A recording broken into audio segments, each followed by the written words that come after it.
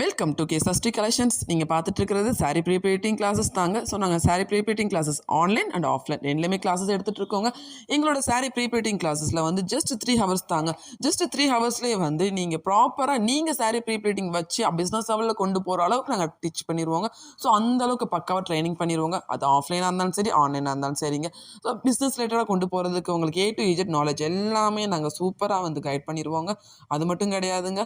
So எங்கள் கிட்டக்க வந்து நீங்கள் எப்போ டவுட் கேட்டாலுமே, இப்போ கோர்ஸ் முடிஞ்சிருச்சு நாங்கள் டவுட் சொல்ல மாட்டோம் அப்படின்னா கிடையாதுங்க.